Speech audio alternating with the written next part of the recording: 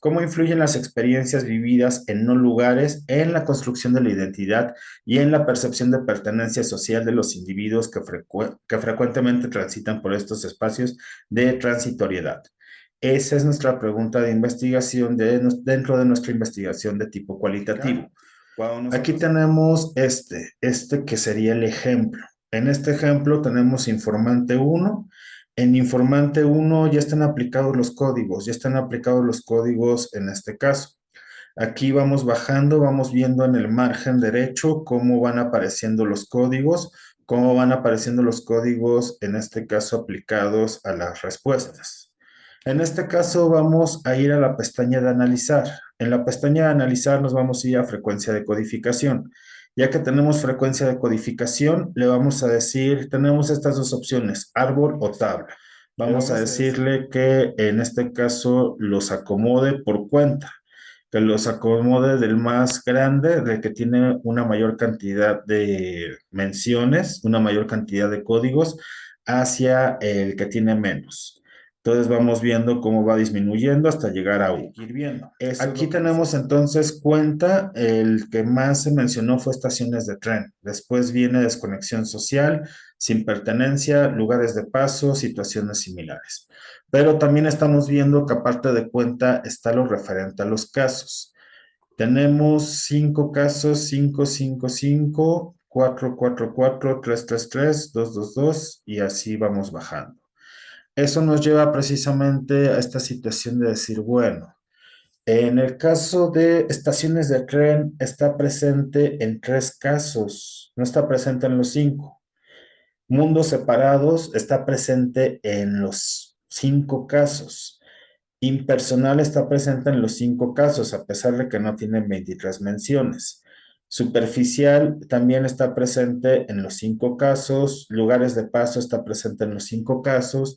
Eso nos lleva precisamente a ir viendo que el proceso no es tan lineal y no es nada más remitirnos a frecuencias y ya con esa frecuencia de mención ya está listo, sino que también tenemos que considerar este tipo de cuestiones como la presencia en los casos.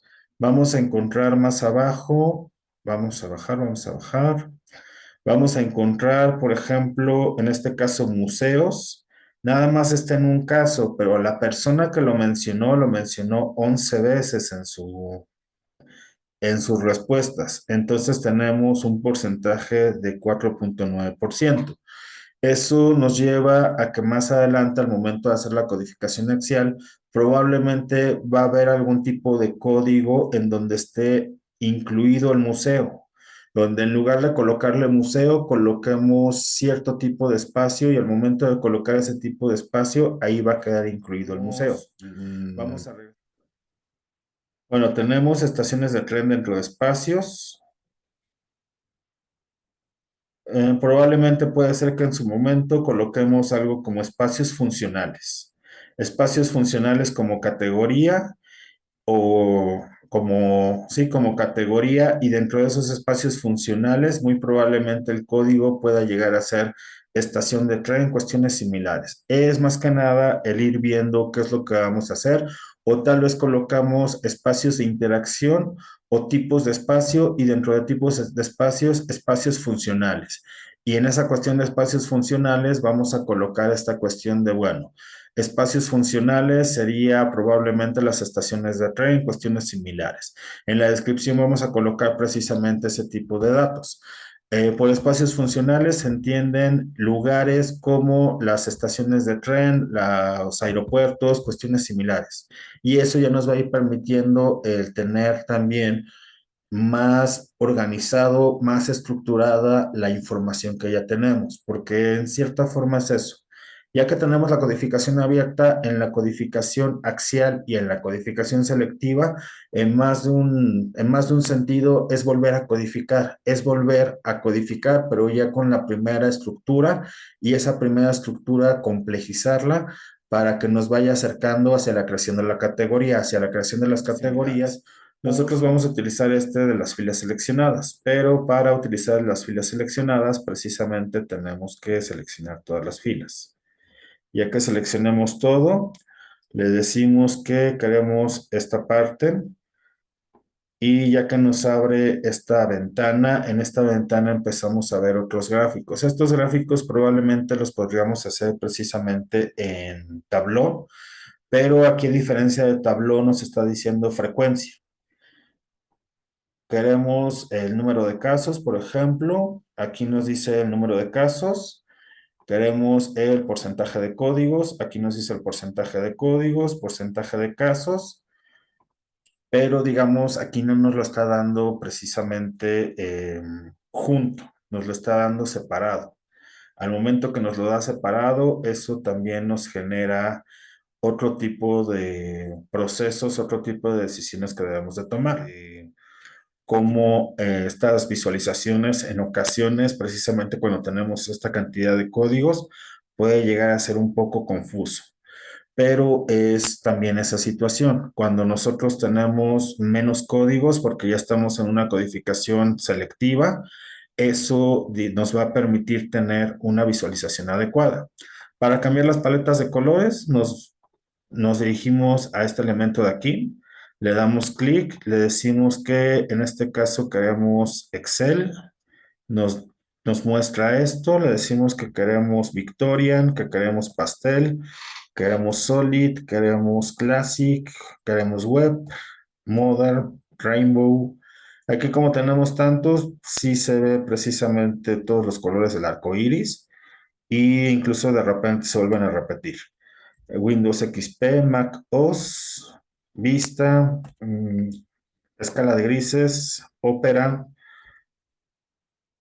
colores cálidos, colores fríos. Vamos a dejarle el Opera. Vamos a dejarle este que es el Opera y ya vimos entonces este de aquí, este de acá. También tenemos opción de colocarlos en 3D. Estos también en 3D. Aquí, por ejemplo, cuando tenemos esto, le decimos cada color para que cuando es de líneas, o más bien de barras, perdón, no de líneas, cuando es de barras, que en este caso cada una de las barras tenga un color. Tenemos entonces tenemos este que tiene un hueco en medio, es precisamente eso del 3D. Queremos ordenar, queremos que sea agrupar las etiquetas, queremos que no sea agrupar las etiquetas, que sea en relación a las frecuencias, descendente, ascendente, digamos que es lo que nos permite hacer este programa. Vamos a cerrar esto. Y tenemos este otro elemento que nos ayuda también a visualizar, el elemento de las nubes de palabras. Las nubes de palabras nos van a permitir precisamente ver de una manera más gráfica cuáles son las palabras que tienen una mayor frecuencia. Aquí, por ejemplo, vemos que estaciones de tren es la que tiene mayor frecuencia, es la que tiene un tamaño de letra más grande. Y eso lo vamos constatando, lo vamos verificando tanto con nuestra tabla de datos como con los gráficos que estuvimos viendo en los minutos anteriores. Después tenemos esta situación de desconexión social, que sería otro que se ve, digamos, en un nivel, tal vez el segundo nivel. El tercer nivel sin pertenencia probablemente necesita reconocer. Aquí principalmente es esa situación. Nosotros vamos viendo que hay ciertas palabras, hay ciertos códigos que aplicamos que probablemente no son tan relevantes y también por eso aparecen de un tamaño muy pequeño. Entonces probablemente estábamos tomando decisiones de irlos tachando aquí mismo para en relación a eso irnos enfocando en los que tienen un mayor peso, en los que tienen una mayor presencia. Entonces, digamos, conforme vamos viendo ese tipo de elementos, conforme los vamos tachando, eso nos va dando también paso a los siguientes procesos de toma de decisiones de cara a la codificación axial. Entonces, igual decimos, bueno, también esta parte, universidad, cafetería, son palabras que tienen un tamaño de letra muy pequeño. Igual decimos tal vez algunas otras que tenemos aquí, centros comerciales, algunos otros elementos también los vamos tachando. y conforme vamos detectando cuáles son los que son más relevantes, los que visualmente son más mencionados, porque estamos con nubes de palabras, eso también nos va a dar ciertos elementos para los siguientes procesos. Si nosotros le colocamos en lugar de frecuencia número de casos, vamos a obtener otra nube de palabras diferentes. En este caso, esta nube de palabras tiene estas características que son los números de casos. Al momento que es el número de casos, aquí vemos principalmente lo que habíamos detectado. Lugares de paso, superficial, mundos separados, son elementos que aparecen en todos los casos, que aparecen en el 100% de los casos. Otros elementos como identidad individual, impersonal, sin emociones, funcional, sin pertenencia, viajar, como que están un poco menos presentes. Y empezamos a ver otros elementos como limbo, universidad, aeropuerto, museo, brújula, abrumador, que probablemente nada más están en un caso, en uno de los 5 casos que estuvimos viendo. Entonces también cuando nosotros tenemos estas nubes de palabras y volvemos a hacer ese proceso de tachar, decimos, bueno, aquí vamos a tachar limbo, vamos a tachar universidad. Limbo ya lo habíamos tachado. Entonces decimos, bueno, si ya lo habíamos tachado antes y también lo tachamos aquí, entonces ahí como que hay algo que probablemente no es del todo relevante, no es del todo algo que esté como tal, que sea un patrón, que sea algo repetitivo, sino que simplemente es algo que nos pareció al momento de hacer la codificación abierta relevante, pero que posteriormente vimos que no era del todo adecuado seguirlo incluyendo.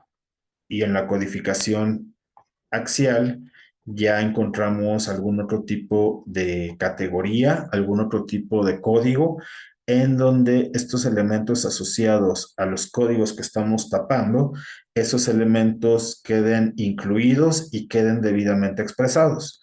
Pero es precisamente esa situación de ir tomando decisiones con base en lo que vamos desarrollando en estos pasos que estamos viendo.